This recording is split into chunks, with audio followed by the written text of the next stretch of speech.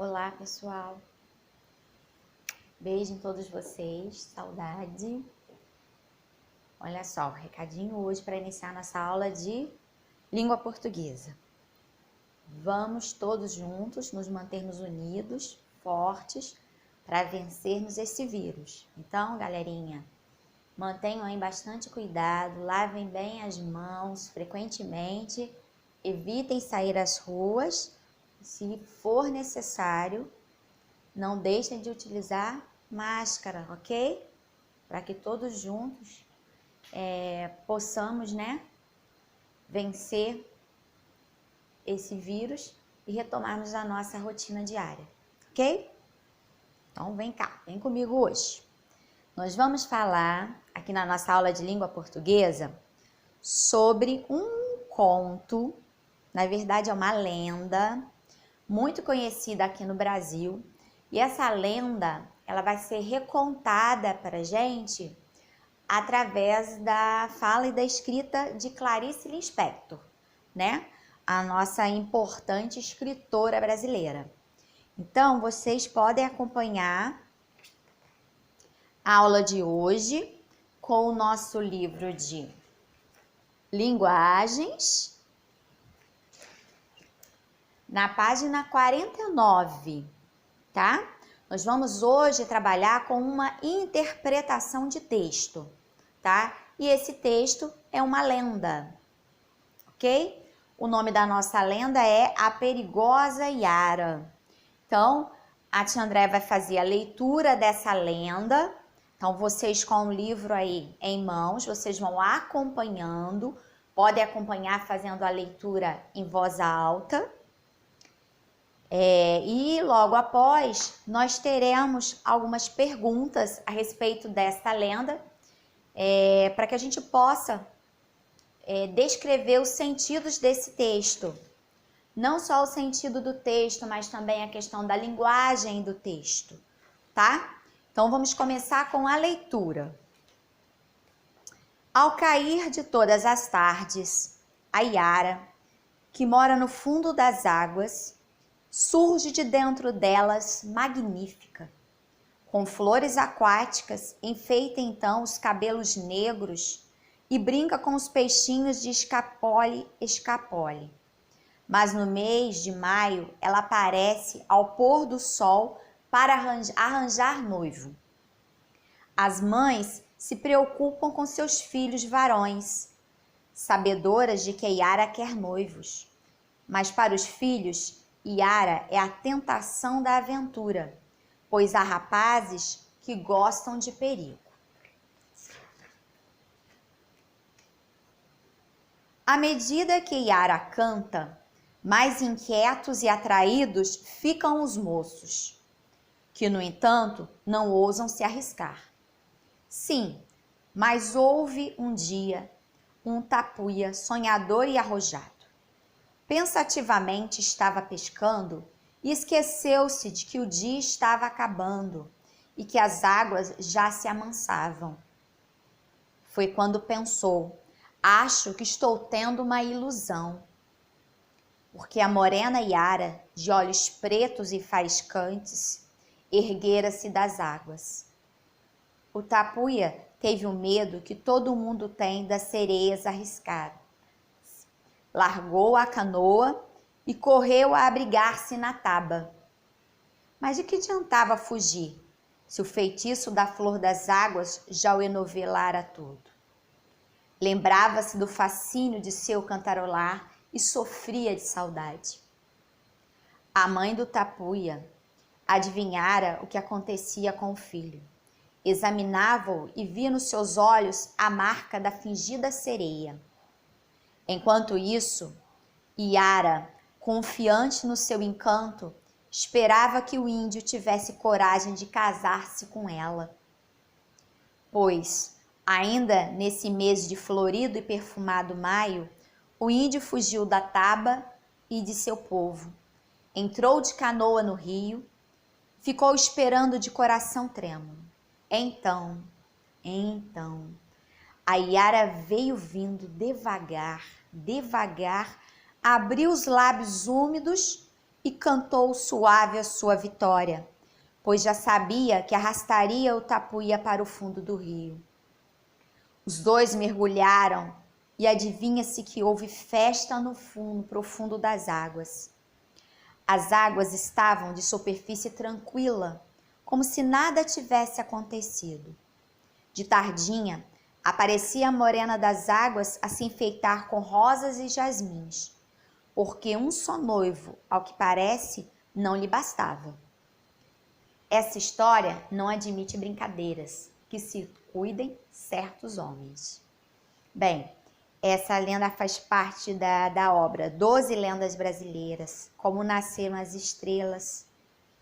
Então, é uma lenda, né? Uma lenda indígena. A gente vê aí, então, alguns elementos referentes a essa cultura, falando da taba, né? Se referindo ao jovem, né? O jovem tapuia. Então, é uma lenda indígena. E ela apresenta pra gente algumas palavras que não são muito utilizadas, né? Não são muito comuns ao nosso vocabulário. Então, ele traz aqui embaixo, ao final da página 50, o significado dessas palavras utilizadas no texto, né? Arrojada, ousado, valente. Enovelar, quer dizer, enrolar, envolver. Taba, a gente já sabe que é a aldeia.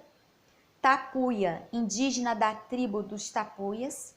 E varão é homem, né? Utiliza logo no início da lenda.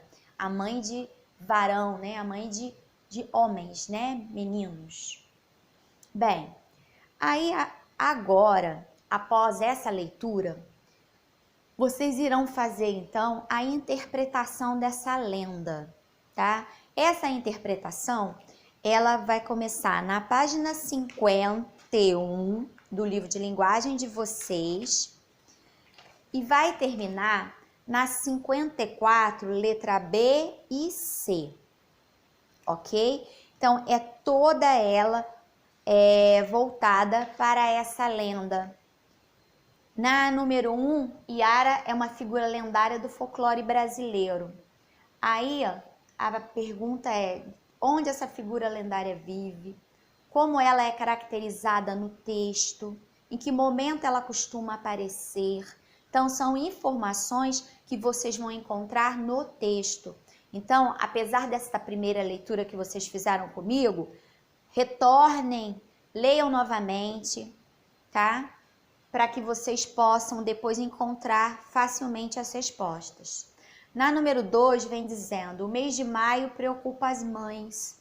Aí nós temos em cima dessa afirmativa, nós temos 3 perguntas. O que tradicionalmente acontece com os jovens no mês de maio? Por que as mães de rapazes ficam mais preocupadas nesse mês? De que modo Iara atrai os rapazes? Né? Depois nós vamos para a página 52, onde nós temos as questões 3, 4 e 5. Também são questões referentes ao texto que nós lemos. E na 53 e 54 vai trabalhar com a linguagem do texto, algumas expressões que apareceram nesse texto.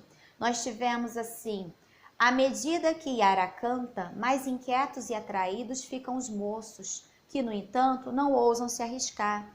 Então nós vamos analisar algumas expressões, por exemplo, à medida que aparece no texto, a que ela se refere, o que ela representa.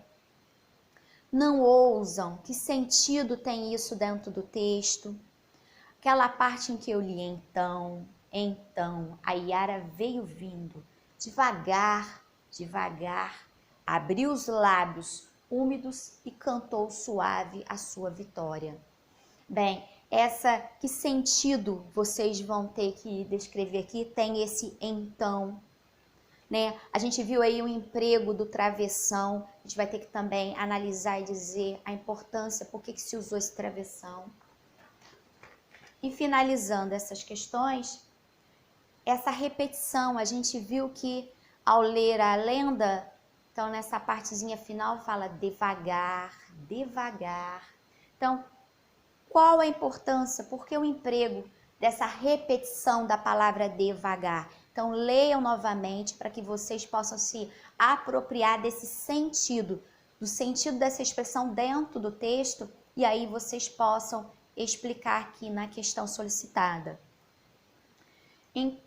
Aí depois tem uma passagenzinha, tá? Entre aspas, né? Uma passagem do texto que diz: cantou suave a sua vitória. Quando a gente lê essa frase, a gente percebe uma sonoridade. Cantou suave a sua vitória. A gente sente a sonoridade, um som que se repete, né? Que se propaga. Então, como se constrói essa sonoridade? Então, vocês vão repetir a frase, tentar compreender essa questão da sonoridade, e na próxima aula nós vamos fazer a correção comentada dessa interpretação. Ok, pessoal? Bem, e para nos trazer maiores informações, nós temos aqui na página 51 um boxezinho falando um pouquinho de quem é Clarice Lispector, né? Clarice Lispector nasceu em 1920, faleceu em 1977, nasceu na Ucrânia e chegou ao Brasil com a família quando tinha apenas 2 anos de idade. Ela estudou direito, mas muito cedo se destacou como escritora e jornalista. Escreveu contos, crônicas, romances, escreveu muita literatura infantil. Então, a gente tem inclusive aqui ao final do boxezinho, desse boxe, né, desse informativo, uma foto, né, da Clarice Lispector, ok? Então, na próxima aula, nossa correção comentada sobre o texto de hoje, tá? Boa interpretação de texto, releiam história e respondam de acordo com o entendimento, o sentido que vocês conseguiram retirar desse texto. Beijo!